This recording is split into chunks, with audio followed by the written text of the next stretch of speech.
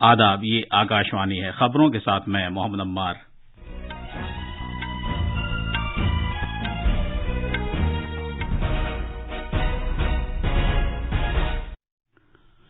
وزیر اعظم نریندر مودی نے قومی لاجسٹکس پالیسی کا آغاز کیا ہے، جس میں کاروبار کے لیے لاجسٹکس کی لاگت فیصد کے اعتبار سے واحد ہندسے میں لانے کی بات کہی گئی ہے۔ کل رکتدان امرت مہوتسو کے تحت 1 لاکھ سے زیادہ افراد نے رضاکارانہ طور پر خون کا عطیہ دے کر ایک نیا عالمی ریکارڈ قائم کیا ہے۔ صدر جمہوریہ دروپدی مرمو ملکہ الزبیتھ دوئم کی آخری رسوم میں شرکت کے لیے لندن پہنچ گئی ہیں۔ وزیر داخلہ امت شاہ نے کہا ہے کہ سرکار کا نظریہ معاشرے کے ہر طبقے کو اصل دھارے کے ساتھ جوڑنا ہے۔ وزیر خارجہ ڈاکٹر ایس جے شنکر آج سے امریکہ کا دورہ شروع کر رہے ہیں اور عالمی کشتی چیمپئن شپ میں بجرنگ پونیا آج سے پہر کانسے کے تمغے کے لیے کھیلیں گے۔ اب خبریں تفصیل سے۔ وزیر اعظم نریندر مودی نے قومی لاجسٹکس پالیسی کا آغاز کیا ہے، جس کا مقصد ٹرانسپورٹ سیکٹر کو درپیش چیلنجوں سے نمٹنا اور کاروبار کے لیے لاجسٹکس اخراجات کو کم کر کے واحد ہندسے تک لانا ہے۔ نئی دلی میں ایک تقریب کے دوران اس پالیسی کا آغاز کرتے ہوئے جناب مودی نے کہا کہ یہ بھارت کے ترقی یافتہ ملک بننے کی سمت میں ایک اہم قدم ہے۔ وزیر اعظم مودی نے کہا کہ قومی لاجسٹکس پالیسی کا مقصد صنعتی مصنوعات کی نقل و حمل کے اخراجات کو کم کرنا ہے اور وقت بھی بچانا ہے۔ انہوں نے کہا کہ وہ تیز ٹرانسپورٹ فراہم کر کے زرعی مصنوعات کو پہنچنے والے نقصان کو بھی روک سکیں گے۔ جناب مودی نے کہا کہ انہوں نے کنیکٹیویٹی کو بہتر بنانے کے لیے وزیر اعظم بننے کے بعد بھارت مالا اور ساگر مالا جیسے مختلف سڑک پروجیکٹ شروع کیے۔ انہوں نے کہا کہ ڈیڈیکیٹڈ فریٹ کوریڈور کے کام کاج کو تیز کرنا بھی اس سمت میں ایک اہم قدم ہے۔ جناب مودی نے کہا کہ unified logistics interface plate form کے ذریعے ٹرانسپورٹ سیکٹر سے متعلق تمام ڈیجیٹل خدمات کو ایک واحد پورٹل میں لایا جا سکے گا۔ اسی طرح اس پالیسی کے تحت لاجسٹکس خدمات کو آسان بنانے کے لیے ایک نیا ڈیجیٹل پلیٹ فارم بھی شروع کیا گیا ہے۔ وزیر اعظم نریندر مودی نے کہا کہ 21ویں صدی کا بھارت پوری دنیا کو ایک پیغام دے رہا ہے کہ معیشت اور آب و ہوا کا نظام ایک دوسرے کے متضاد شعبے نہیں ہیں۔ انہوں نے کہا کہ بھارت ایک زندہ مثال ہے کہ ملک کی معاشی ترقی ماحولیات کے تحفظ کے ساتھ ہو سکتی ہے۔ جناب مودی نے کہا کہ ایک طرف ہمیں دنیا کی سب سے تیزی سے ترقی پا رہی معیشتوں میں شامل کیا گیا ہے اور اسی کے ساتھ ملک کے جنگلاتی رقبے میں تیزی سے توسیع ہو رہی ہے۔ وزیر اعظم کل مدھیہ پردیش کے کونو نیشنل پارک میں چیتوں کو چھوڑنے کے بعد اظہار خیال کر رہے تھے۔ وزیر اعظم نے کہا کہ چیتوں کی برق رفتار آزادی کے امرت کال میں بھارت کی تیز رفتار ترقی کی علامت ہے۔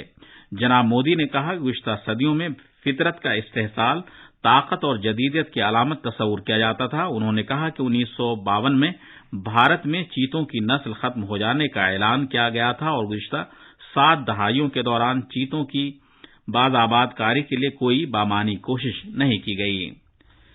1,07,000 سے زیادہ افراد نے رکتدان امرت مہوتسو کے تحت رضاکارانہ طور پر خون کا عطیہ دیا۔ کل وزیر اعظم نریندر مودی کی 72ویں سالگرہ کے موقع پر مرکزی وزیر صحت منسکھ مانڈویہ نے رضاکارانہ طور پر خون کا عطیہ دینے کی ملک گیر مہم کا آغاز کیا، جو 15 دن تک جاری رہے گی۔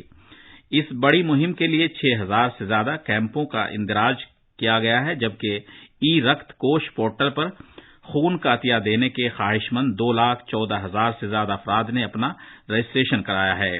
جناب مانڈویہ نے بتایا کہ ایک ہی دن میں 87,137 افراد نے رضاکارانہ طور پر خون کا عطیہ دیا۔ اس طرح مذکورہ مہم کے پہلے ہی دن ایک نیا عالمی ریکارڈ قائم ہوا ہے۔ مذکورہ مہم کا مقصد باقاعدگی سے رضاکارانہ طور پر خون کا عطیہ دینے کے بارے میں بیداری بڑھانا اور اس بات کو یقینی بنانا ہے کہ خون یا اس کے اجزاء کم خرچ پر محفوظ طریقے سے آسانی کے ساتھ دستیاب رہیں۔ 2021 کے اعداد و شمار کے مطابق بھارت کی سالانہ ضروریات تقریباً 1.5 کروڑ یونٹ ہے۔ صدر جمہوریہ دروپدی مرمو ملکہ الزبیتھ دوئم کی آخری رسوم میں شرکت کرنے اور بھارت سرکار کی طرف سے تعزیت پیش کرنے کے لیے لندن پہنچ گئی ہیں۔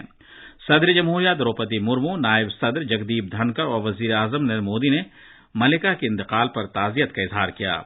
بھارت میں 11 ستمبر کو ایک دن کا قومی سوگ بھی رکھا گیا۔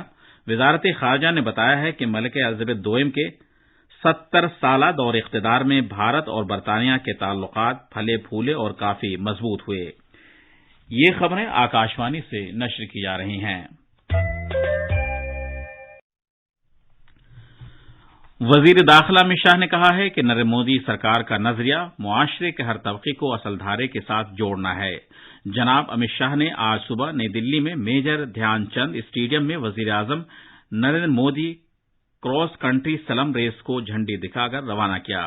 اس دوڑ میں جھگی جھونپڑیوں کے تقریباً 10,000 بچوں اور نوجوانوں نے حصہ لیا۔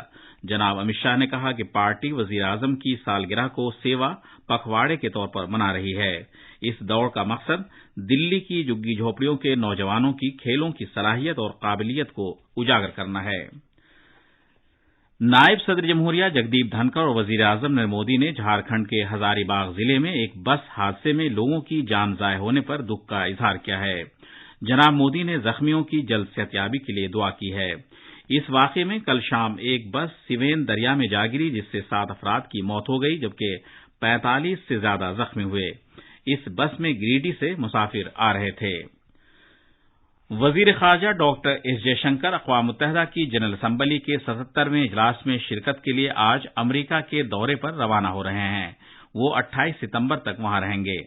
نیو یارک کے اپنے دورے کے پہلے مرحلے کے دوران ڈاکٹر جے شنکر اقوام متحدہ کی جنرل اسمبلی میں اعلیٰ سطحی ہفتہ کے لیے بھارتی وفد کی قیادت کریں گے۔ ڈاکٹر جے شنکر 24 ستمبر کو جنرل اسمبلی کے اعلیٰ سطحی اجلاس سے خطاب کریں گے۔ کامرس اور صنعت کے وزیر پیوش گوئل آج سے سعودی عرب کا 2 روزہ دورہ شروع کر رہے ہیں۔ وہ سعودی عرب کے توانائی کے وزیر شہزادہ عبدالعزیز بن سلمان کے ساتھ اقتصادی اور سرمایہ کاری کمیٹی کی پہلی وزارتی میٹنگ کی مشترکہ طور پر صدارت کریں گے۔